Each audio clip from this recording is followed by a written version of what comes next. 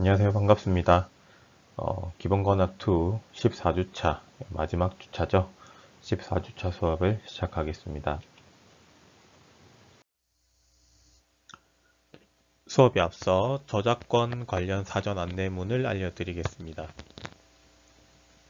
본 강의의 모든 영상, 사진, 텍스트의 촬영, 캡처 및 공유와 배포를 금지합니다. 해당 경고를 무시하고 불법 복제 및 배포와 같은 저작권 침해 위법 행위가 이루어지는 경우에는 관련 법령에 따라 저작권자가 법적 조치를 취할 수 있습니다.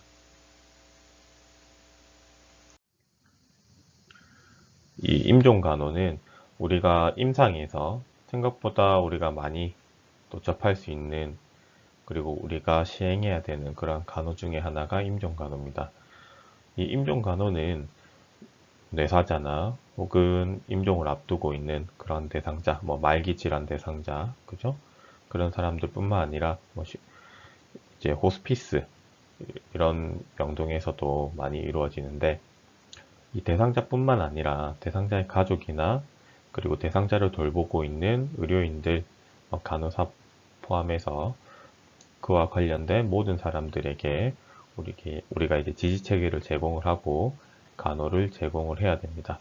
그래서 이번 시간에는 뇌사가 어떤 건지에 대해서 한번 알아보고, 그리고 사후 경축이나 사후 체온 하강, 시반 이런 것들이 어떤 건지, 그리고 완화 간호, 팔리에이티브 케어에 대해서도 한번 알아보겠습니다. 그리고 임종과 죽음, 그리고 호스피스에 대해서도 알아보는 시간을 갖도록 하겠고요.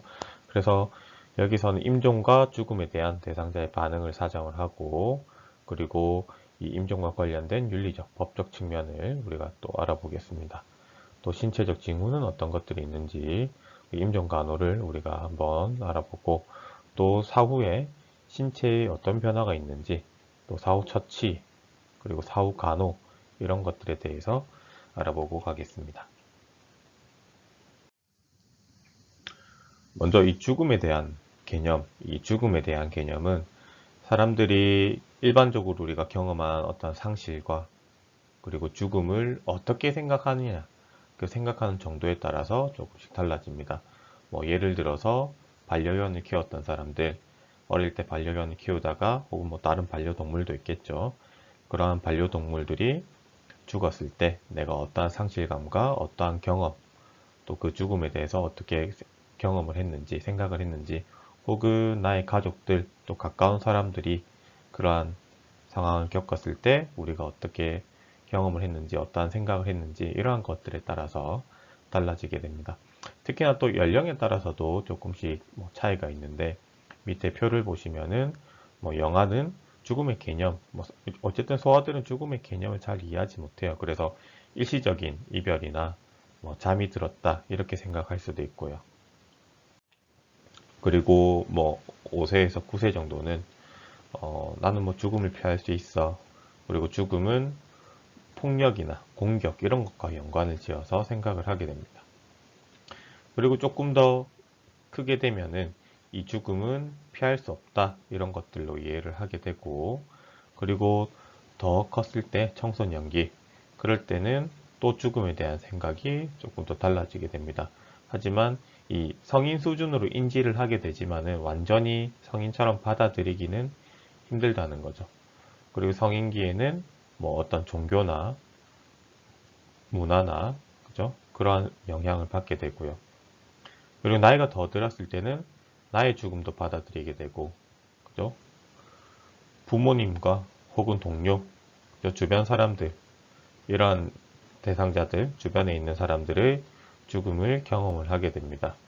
그리고 노년이 됐을 때는 이제 죽음보다는 내가 어떠한 만성적인 질병 상태, 그것 때문에 죽음을 접하게 될까봐, 죽음으로 갈까봐, 죽음으로 이어질까봐 이런 걱정을 하게 되고, 또 이 죽음이 다양한 의미가 있다 이런 것들을 알게 되게 됩니다.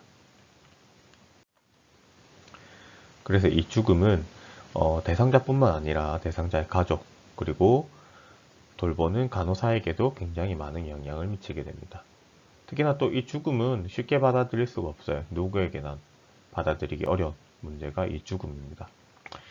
그리고 또 사회가 조금 점점 변함에 따라서 예전에는 이 임종을 맞이하는 장소가 보통은 집이었어요. 뭐 만성질환이 있는 대상자들도 혹은 뭐 엔드스테이지, 말기 어떤 질환에 있는 대상자들은 대부분 집에서 이렇게 뭐 간호를 받든지 집에서 계시다가 임종을 맞이하셨는데 요즘에는 이 임종을 맞이하는 장소가 가정에서 병원으로 점점 바뀌게 되었죠. 그죠? 그래서 의료기관에서 이 죽음을 맞이하게 되고 이 의료기관에서의 죽음이 보편적인 흐름이 되는 그러한 현실을 우리가 접하게 됩니다. 자, 먼저 임종과 죽음에 대한 정의에 대해서 한번 알아보고 가겠습니다. 이 임종은 생명을 회복할 수 없는 상태를 이야기를 하는 거예요. 그래서 아직은 살아는 있어요. 살아는 있지만 이제 죽음에 임박해 있는 그런 과정, 점점 죽어가는 과정을 임종이라고 우리가 이야기를 하고, 죽음은 이제 살아있는 모든 유기체에서 생명 과정이 총체적으로 중지된 상태, 그러니까 생명 활동을 전혀 하지 않는 상태를 이야기를 하는 것이에요. 이 죽음에 대한 정의를 여러 기관, 여러 단체에서 좀 정의를 내렸는데, 우리나라 대한의학협회에서는 죽음을 이 심장과 호흡 기능과 그리고 뇌 반사의 비가역적, 되돌아올 수 없는 비가역적 정지 또는 손실이라고 정의를 했고요. 그리고 WHO, 세계보건기구에서는 죽음을 뭐라고 했냐면 죽음은 소생할 수 없는 삶의 영원한 종말이라고 이야기를 했습니다. 이 죽음의 유형을 조금 살펴보면은 생물학적인 죽음, 그리고 의학적인 죽음, 사회적인 죽음, 뭐 신학적인 죽음, 법적 죽음 이런 식으로 나눠줄 수가 있습니다. 밑에 죽음의 유형 표를 보시면은 생물학적 죽음은 호흡이 정지되었거나 뭐 심장이 정지되었거나 이런 이야기를 하고, 의학적 죽음은 모든 체세포의 기능이 상실했다. 음, 불가역적인 비가역적인 상태로 변했다. 이렇게 볼 수 있고요. 사회적인 죽음은 생명은 유지될 수 있지만 인간으로서의 기능은 전혀 할 수 없다. 뭐 식물인간 이런 거를 대표적으로 예를 들 수 있습니다. 그리고 신학적 죽음은 생명체의 기능이 완전히 정지된 상태에서 뭐 신에게 귀의한다. 그러니까 종교적으로 그죠? 다시 뭐 하느님의 품으로 돌아간다. 뭐 불교 같은 경우는 흙으로 돌아간다. 뭐 여러 가지 뭐 종교마다 그런 신학적 죽음이 있겠죠. 그리고 법적인 죽음은 의사가 죽음을 판정하는 거예요. 그래서 그거를 법적으로 인정한 경우, 이제 우리가 이 임종 간호를 할 때 그 의사가 사망 선고를 내리게 됩니다. 그것을 법적 죽음이라고 볼 수가 있습니다. 그 다음 뇌사를 볼게요. 이 뇌사는 일반적으로 뇌 기능이 더 이상 되돌릴 수 없게 정지된 상태를 이야기합니다. 그러니까 뇌가 비가역적으로 손상을 받았다는 거죠. 그래서 대뇌 기능 장애가 있어요.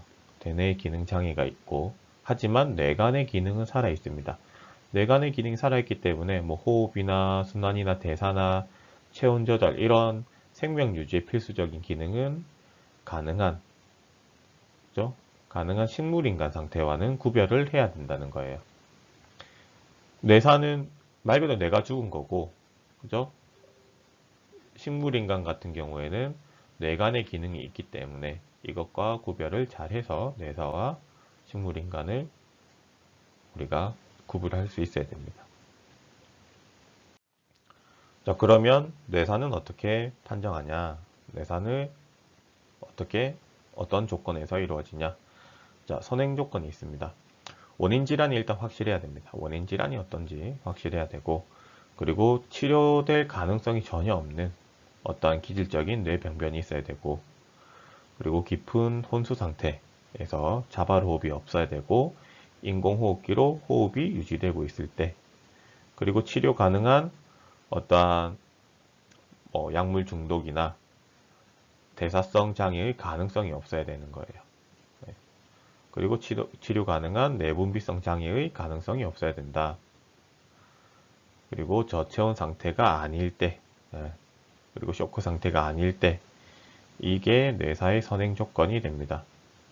자, 이제 그러면 뇌사 판정을 해야 됩니다. 뇌사 판정을 하는데 어떻게 판정하냐? 외부 자극에 아무런 반응을 보이지 않는 깊은 혼수 상태, 뭐 통증이라든지, 그죠? 뭐 불렀을 때, 그죠? 언어에도 대답을 안 하고 소리에도 반응이 없고 통증에도 자극이 없고, 또 자발호흡이 되살아날 수 없는 어떠한 상태에 있을 때, 또 두 눈의 동공을 우리가 확인했을 때 동공이 완전히 열려 있는 거, 확대가 되어 있거나 아니면은 움직이지 않는, 빛을 쬐어도 움직이지 않고 계속 고정이 되어 있을 때, 그리고 뇌관 반사가 완전히 소실되어 있을 때, 그리고 뭐 어떤 자발 반응이나 대뇌 제거 경직이나 겉질 제거 경직이나 뭐 경련 이런 것들이 안 나타나고, 무호흡 검사 결과 자발호흡이 유발되지 않아서 자발호흡이 절대로 되살아날 수 없다고 판정되었을 때, 이거를 먼저 테스트를 하고 6시간이 지난 다음에 다시 1번에서 6번까지 금방 이야기했던 거를 다시 재확인했을 때 그 결과가 같을 때,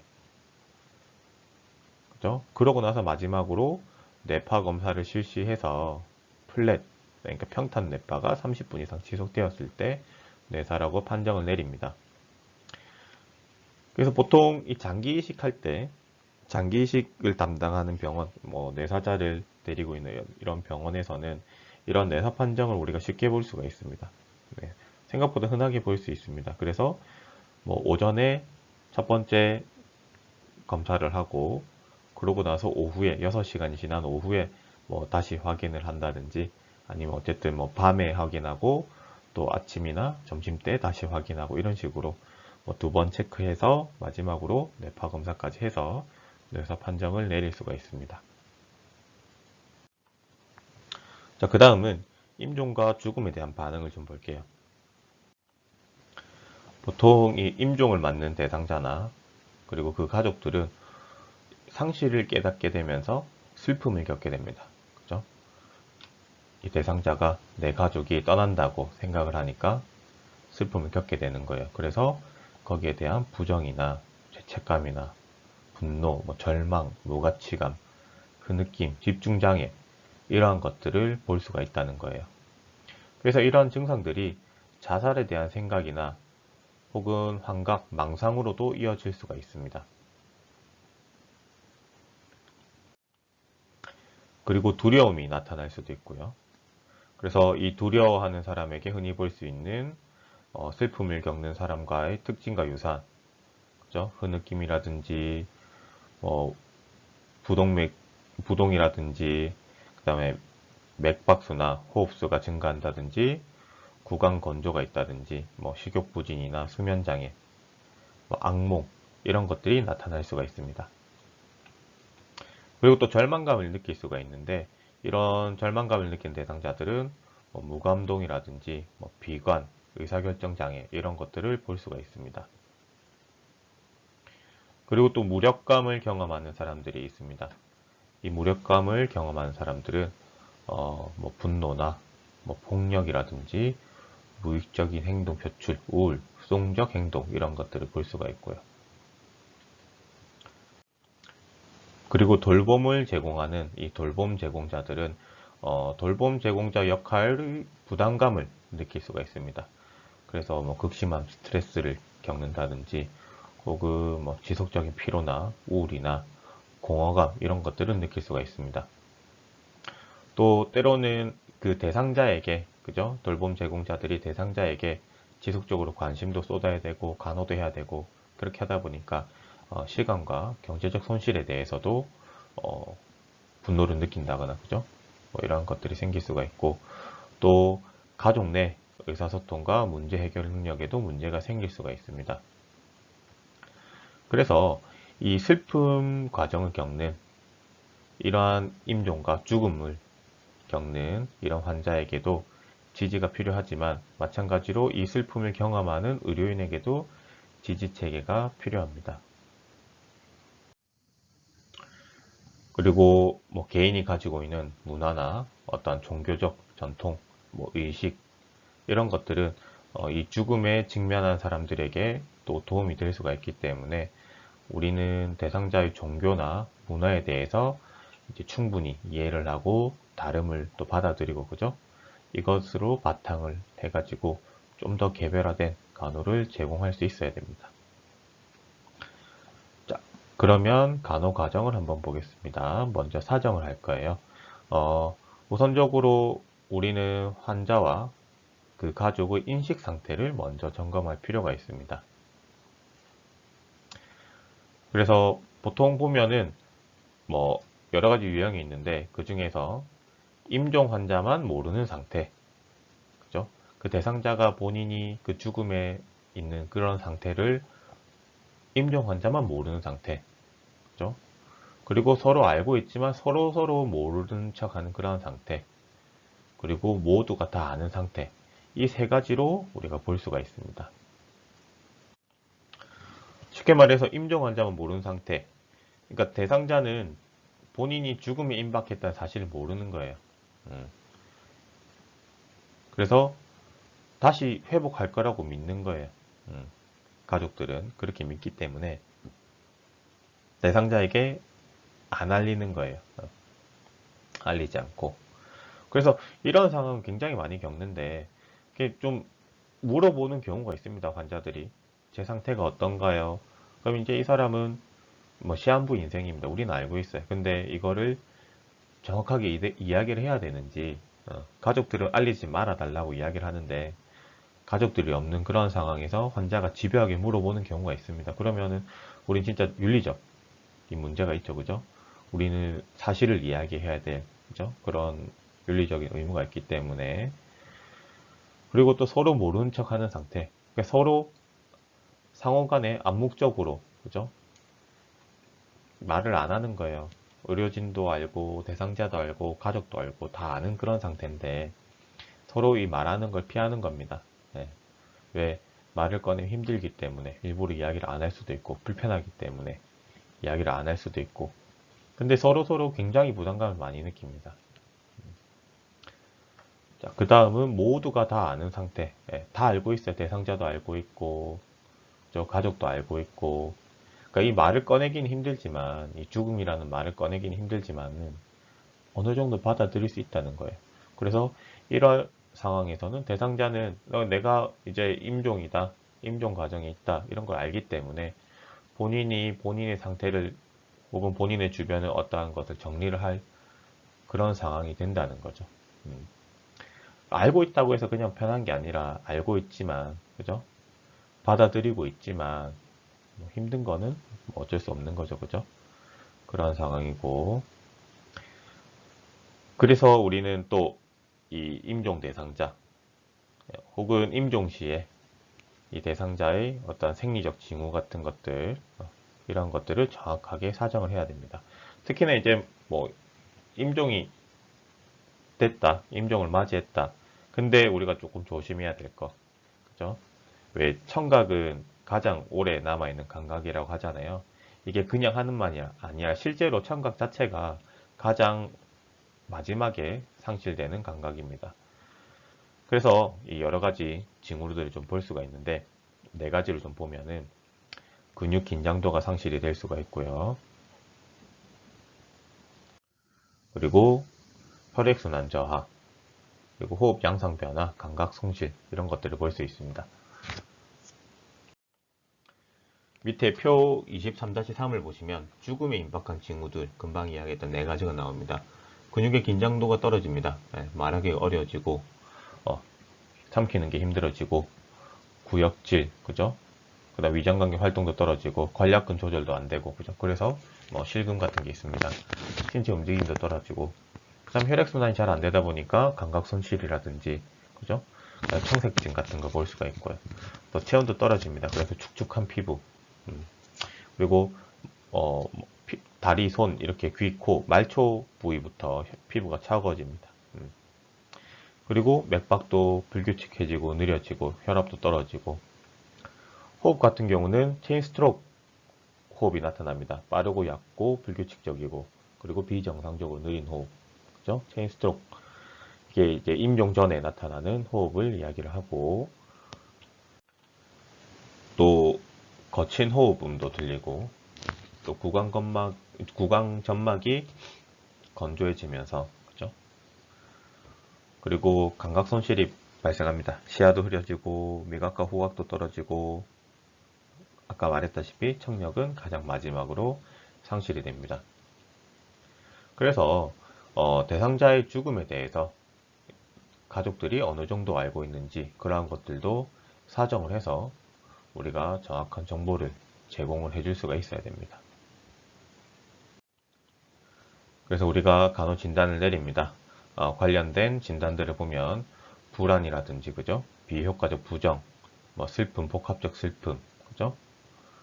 그리고 이것들의 위험성, 또 자아 정체감 혼란, 자존감 저하, 사고 과정 장애, 두려움, 뭐 방어적 대응, 절망감, 무력감, 영적 고뇌, 역할 부담감, 죽음 불안 이러한 것들로 진단을 내릴 수가 있습니다. 자, 그리고 계획을 세울 거예요. 우리가 임종 대상자를 위해서 어떤 목표를 세울 수 있냐. 생리적, 심리적 안위를 유지시켜주고, 그리고 자가 통제력을 유지하고 건강 상태가 나빠지는 것을 받아들이면서 품위 있고 평화로운 죽음을 맞이하는 것. 그래서 이 임종 환자의 권리 장전이라는 게 있습니다. 이거를 다음 표에서 한번 보도록 하겠습니다. 제일 앞에 표 23-4를 보시면 임종 환자의 권리 장전이라는 게 있어요. 이건 우리가 좀 지켜줄 수 있으면 최대한 지켜주는 것이 좋습니다.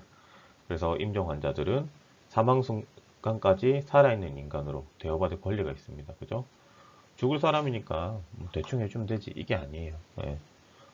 사망하기 전까지 우리가 살아있는 인간으로 대우받을 권리가 있고, 그리고 상황이 어떻게 변화하더라도 희망을 유지할 권리가 있고, 그죠? 그리고 다가온 죽음에 대해서, 내가 맞이한 죽음에 대해서 내 방식대로 느낌과 감정을 표현할 권리가 있다. 어떠한 사람들 화를 내는 사람도 있고요. 어떠한 사람들은 조용하게 받아들인 사람도 있고요. 그죠? 그러니까 그 사람, 실제로 우리가 그 죽음을 우리가 맨정신에 받아들이기 힘들잖아요. 그죠? 우리가 지금 내 스스로가 지금 당장 죽음에 있다. 그러면은 그 감정과, 그죠? 그거를 표현하는 거는 진짜 뭐 우리가 어떻게 막을 수가 없습니다. 그래서 이 내가 임종 환자다. 그러면은 그거를 표현할 권리가 있다. 그리고 나에 대한 결정에 참여할 권리가 있다고 우리가 볼 수가 있고, 또 치료에서 그죠? 목표가 치료였는데 이제 안위로 그러니까 편안하게 해주는 것으로 바뀐다 하더라도 나는 지속적인 치료와 간호를 받을 권리가 있다. 이게 무슨 말이냐면 치료를 목표로 했는데 치료가 안 되는 상황이에요. 그죠? 임종으로 갈 수밖에 없는 상황이라는 거죠. 그렇게 하면은 뭐 통증 조절만 해주겠다 이게 아니에요. 그러니까 편안하게 해주겠다 이게 아니라 최대한의 치료를 받을 그 권리, 최선의 치료를 받을 권리, 간호를 받을 권리 이렇게 이해를 하시면 되고, 또 외롭게 죽지 않을 권리가 있다. 그죠? 그리고 뭐 고통 없이 죽을 권리가 있다. 또 내 질문에 솔직한 대답을 들을 권리가 있다. 그죠? 내 상태가 어때요? 뭐 다른 가족들 반응은 어때요? 이런 거 물어봤을 때, 음, 그러니까 아까 뭐 대상자만 모르는 상태 이런 게 있죠. 그죠? 그러면 우리는 실제적으로 윤리적 딜레마가 굉장히 크단 말이에요. 제대로 알려줘야 될지, 혹은 가족들이 비밀로 해달라 했으니까 말을 하지 말아야 될지, 그죠? 그런 딜레마 있는데, 사실은 실제적으로는 대상자가 대답을 듣고 싶어 하면 이야기를 사실은 해줘야 됩니다. 왜? 솔직하게 대답을 들을 권리가 있기 때문에. 그래서 속지 않은 권리도 있다는 거죠. 그리고 죽음을 받아들이는데 가족으로 도움받고 또 가족을 도울 권리도 있고 또 평화롭고 인간답게 죽을 권리가 있는 거예요. 임종 환자라고 대충 뭐 구석에 막 모시고 이런 건 아니잖아요. 그죠? 그리고 개인의 특성을 유지하고 타인의 믿음과 상충하더라도 나의 결정으로 비판받지 않을 권리가 있다. 그죠? 당연한 거고요. 또 나의 욕구를 이해하려고 하고 죽음을 돌보는 과정에서 만족할 수 있는 세심하고 친절함에 지식 있는 사람의 도움을 받을 권리가 있다. 그러니까 친절한 간호사가 돼달라. 내가 임종을 앞둔 대상자면 나를 돌보는 사람은 친절하고 지식이 있는 세심한 그런 사람들의 돌봄을 받고 싶다. 그래서 이게 임종 환자의 권리장전이라는 겁니다.